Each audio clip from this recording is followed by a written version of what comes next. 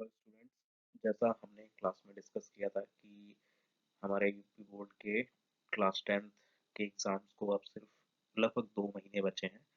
तो कुछ हम इम्पोर्टेंट टॉपिक्स के साथ हर सब्जेक्ट के जो इम्पोर्टेंट क्वेश्चंस हैं टॉपिक्स के साथ में हम उनको ऑनलाइन ही डिस्कस करेंगे। ठीक है। इसके लिए पहले मैंने सोचा कि डायरेक्ट क्लास से स्टार्ट करते हैं, बट हम एक बार जो हमारा सिलेबस है कि किस टॉपिक से कितने प्रश्न आने वाले हैं वो डिस्कस करेंगे। ठीक है। तो इस वीडियो में सबसे पहले हम सिलेबस डिस्कस कर लेंगे टॉपिक वाइज कि किसमें कितने नंबर का क्या पूछा जाता है। ठीक है। इससे हमें पता चल जाएगा कि किस टॉपिक पर ज़्यादा ध्यान देना है, किस पर कम ध्यान देना है। और पहली चीज़ कुछ ये ट्राई करना है कि सब पढ़ लें। ठीक है। मेरा नाम है दिव्यांश।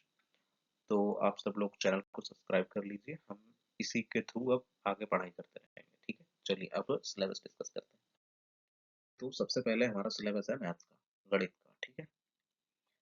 गणित में देखिए हमारा देखो वो सबको पता है कि हमारा जो 70 मार्क्स का वो पेपर है, ये रिटर्न पेपर होता है, लिखित परीक्षा होगी बाहर से। और 30 मार्क्स का आंतरिक मूल्यांकन होता है। ये स्कूल से नंबर जाते हैं 30 नंबर के सभी सब्जेक्ट्स में। ठीक, सब विषय में। तो देखो हमारा एक टोटल 7 यूनिट है। पहली यूनिट संख्या पद्धति, ये 5 मार्क्स की है। इतने नंबर का तो आना ही है। ये यूपी बोर्ड की ऑफिशियल वेबसाइट पर दिया गया, मैंने वहीं से ये सब उठाया। जैसे बीज गणित है, 18 नंबर की आएगी, इम्पोर्टेंट हो गई क्योंकि ये तो 18 नंबर की आनी ही आनी है। निर्देशांक ज्यामिति है 5 नंबर की, ज्यामिति है, जियोमेट्री सब बोलते हैं 10 नंबर की, त्रिकोणमिति, मेंसुरेशन और सांख्यिकी एंड प्रायिकता 12, 10 और 10 नंबर की। ठीक है। पेपर देखिए 70 मार्क्स का हमें करना होता है। कुछ अथवा में भी प्रश्न आए होते हैं, तो हो सकता है मेंसुरेशन से क्वेश्चन जो अथवा में दिया गया हो, मेंसुरेशन और त्रिकोणमिति का अथवा में प्रश्न दिया गया हो, तो ऐसा कि प्रश्न आपको थोड़ा सा ज्यादा भी दिए गए होंगे, अथवा में भी होंगे। ठीक, तो इसके अकॉर्डिंग हम देख लेंगे कि किस टॉपिक में हमें ज्यादा ध्यान देके पढ़ना है। आगे हमारा है विज्ञान का। ठीक, तो देखिए पहले रासायनिक पदार्थ एवं प्राकृतिक व्यवहार, ये 20 नंबर का है। मतलब हमारी जो रसायन विज्ञान है या जिसको हम बोलते हैं केमिस्ट्री। ठीक है। फिर हमारी जैव जगत, ये है बायोलॉजी। ठीक है, ये भी हमारी 20 नंबर की आएगी। फिर प्राकृतिक घटनाएं, ये प्राकृतिक घटनाएं और विद्युत का प्रवाह, ये फिजिक्स है, भौतिक विज्ञान। ये कितने नंबर की है? 12 और 13, 25 नंबर की है। ठीक है। फिजिक्स मतलब सबसे ज्यादा नंबर की आती है। और उसके बाद है प्राकृतिक संसाधन। प्राकृतिक संसाधन 5 नंबर का है। ये हम जैव जगत में भी मान सकते हैं, बट एक चैप्टर होती है आखिरी वाला, इससे भी 5 नंबर का आना ही आना होता है। ठीक है। फिजिक्स इन दोनों के मुकाबले, क्योंकि केमिस्ट्री में ज्यादातर चीजें समझने वाली हैं और न्यूमेरिकल्स कम रहते हैं। बायोलॉजी में तो न्यूमेरिकल्स है नहीं, फिजिक्स में क्वेश्चंस भी होते हैं, न्यूमेरिकल्स भी होते हैं, तो थोड़ा अगर समझ में आएगी तो आप आसानी से कर भी सकते हैं। और इंटरनल आंतरिक मूल्यांकन 30 नंबर हमारे स्कूल से जाएंगे, टोटल 100 नंबर का होगा। ठीक है। इसके बेस पर हम देख लेंगे कि कौन सी चीज़ कितने ध्यान से पढ़ना है। फिर हमारा सामाजिक विज्ञान का सिलेबस, इसमें भी सेम वही 30 नंबर स्कूल से, 70 नंबर का पेपर होगा हमारा। 20 MCQ बहुविकल्पीय प्रश्न, बहुविकल्पीय प्रश्न सभी पेपर्स में आते हैं। ठीक। तो इसमें देखो हमारा पहला इतिहास, जिस हिस्ट्री 20 नंबर की आएगी, इतिहास। फिर भूगोल जो यूनिट 2 है वो 20 नंबर की आएगी। फिर है लोकतंत्र राजनीति, मतलब नागरिक शास्त्र या सिविक्स जिसे हम बोलते हैं, 15 नंबर की। और इकोनॉमिक्स, अर्थशास्त्र, ये भी 15 नंबर की। ठीक है। तो हमें सभी चीजें पढ़नी है, बिकॉज जब हम 11वीं में जाएंगे तो हमें ये सभी सब्जेक्ट ऐसे ही पढ़ने पड़ेंगे, तो हमें सब कुछ आना चाहिए। और पेपर में भी देखिए हमारे में पूरा डिवाइड किया गया है, सब कुछ आता है। उसके बाद गणित, गणित का हम कर चुके हैं। फिर हिंदी का। ठीक। हिंदी में देखिए इन्होंने प्रॉपरली और भी अच्छे तरीके से बता रखा है। 30 नंबर का आंतरिक मूल्यांकन है, वो तो चलो ठीक है।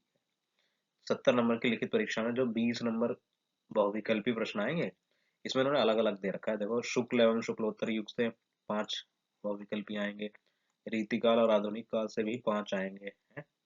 काव्य का सौंदर्य में जैसे रस, अलंकार और छंद, इनसे एक एक प्रश्न आएगा तीनों से बहुविकल्पी में। हिंदी व्याकरण में शब्द रचना में उपसर्ग, समास, सत्सम, तद्भव, इनसे भी एक एक प्रश्न आएगा, मतलब 3 नंबर का हो गया क्या। संस्कृत व्याकरण में हमारा सर्वनाम, तद और युष्मद, ये सब दिया हुआ है, इसमें 1 नंबर का प्रश्न आएगा सर्वनाम का, संस्कृत का। वाक्य का स्वरूप से भी एक प्रश्न आएगा। वाक्य प्रयोग वाच्य प्रयोग एवं वाच्य परिवर्तन, देखिए इसका भी एक प्रश्न आएगा ही बहुविकल्पी में। विकारी और अविकारी शब्द के लिए भी एक प्रश्न हमारा आएगा, बहुविकल्पी प्रश्नों की बात हो रही है। उसके बाद देखो वर्णात्मक प्रश्न 50 नंबर के होंगे पूरे, 20 नंबर के बहुविकल्पी हो गए। तो पहला तो गद्य के आधार गद्य में क्या आएगा, पाठ्य वस्तु से गद्यांश पर आधारित प्रश्न, एक गद्यांश दिया होगा उस पर प्रश्न होंगे, 3 प्रश्न होंगे, 2 नंबर के 6 हो गए। फिर पद्य में कि एक पद्यांश दिया होगा और उससे आधारित प्रश्न, 6 नंबर के, ठीक।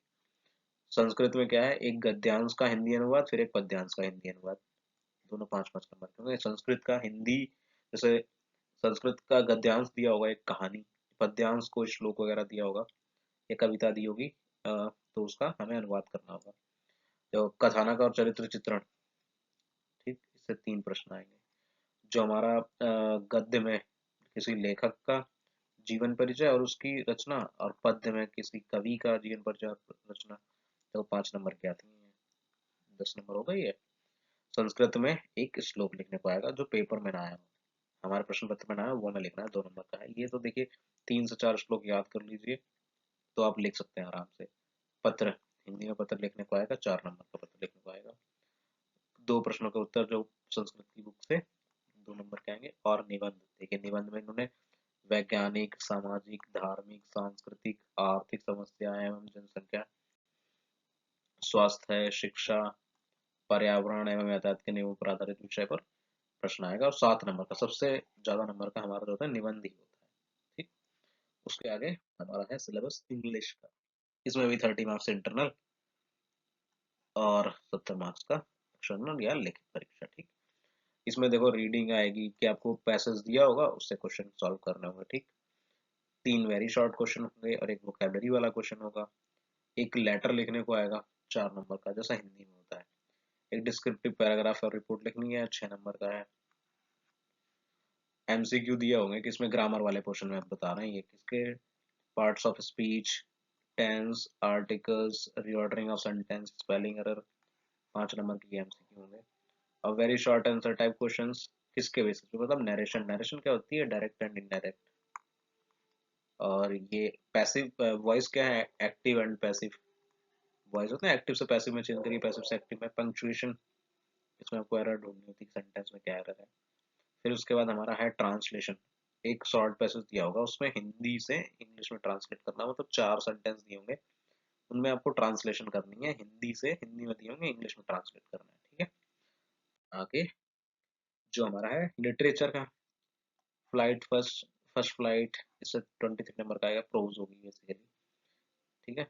और इसमें देखो 2 एमसीक्यू बेस्ड क्वेश्चन होंगे, दो में 3 MCQ based on lessons, lesson पर होंगे 2 शॉर्ट आंसर और 30-40 वर्ड्स के, एक लॉन्ग आंसर 60 वर्ड का, ठीक। पोइट्री से एक 2 एमसीक्यू बेस्ड क्वेश्चंस आएंगे, ठीक। उसके बाद 1 short answer type question based on poetry, poetry के बेसिस पर शॉर्ट आंसर आएगा। या अथवा में है ये, और में 4 लाइन की पोएम लिखनी होगी, 3 मार्क्स की। पोएम तो याद ही कर लीजिएगा फिर। Central idea, central idea poem का 2-3 सेंट्रल आइडिया लर्न कर लीजिएगा, मिनिमम 3 मार्क्स का आएगा, ठीक है। फुट प्रिंट्स विदाउट फीट, ये आपका टॉप बुक के अकॉर्डिंग दिया हुआ है फिर, ठीक है।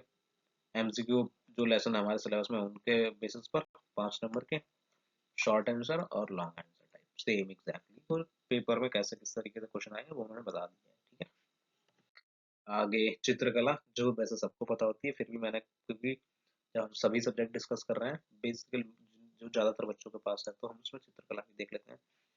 कि देखो एक तो ये प्राकृतिक दृश्य चित्रण आएगा, इसमें उषा का, संध्या का, ग्रामीण पहाड़ी क्षेत्र का जल रंग एवं पश्चिम रंगों से बनाना, जिसकी माप 20x15 सेंटीमीटर, माप जरूर याद रखना, ठीक। या फिर आलेखन बना देना होगा आपको, चतुर्भुज या वृत्त में। तो देखो 2 ही तरीके से सीखना है, चतुर्भुज या वृत्त में। अब माप 15 सेंटीमीटर से कम ना हो, मतलब आपको वृत्त बनाना है तो 15 सेंटीमीटर त्रिज्या का बनाना है कम से कम, कम ना होगा मतलब 15 सेंटीमीटर से थोड़ा बड़ा हो सकता है, कोई दिक्कत नहीं है। चतुर्भुज, अब आप आयत या चतुर्भुज में मतलब वर्ग बना सकते हैं, ठीक है। प्रावधिक कला, जिनके पास ज्योमेट्रिकल आर्ट है उनके लिए देखो ये क्वेश्चन दिए हुए हैं।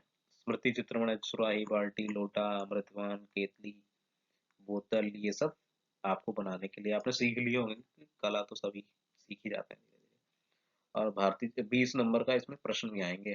चित्रकला का प्राचीन उल्लेख, चित्रकला की विशेषताएं और प्रागैतिहासिक काल है, ये सभी चीजें, इनसे 20 नंबर के प्रश्न भी आएंगे।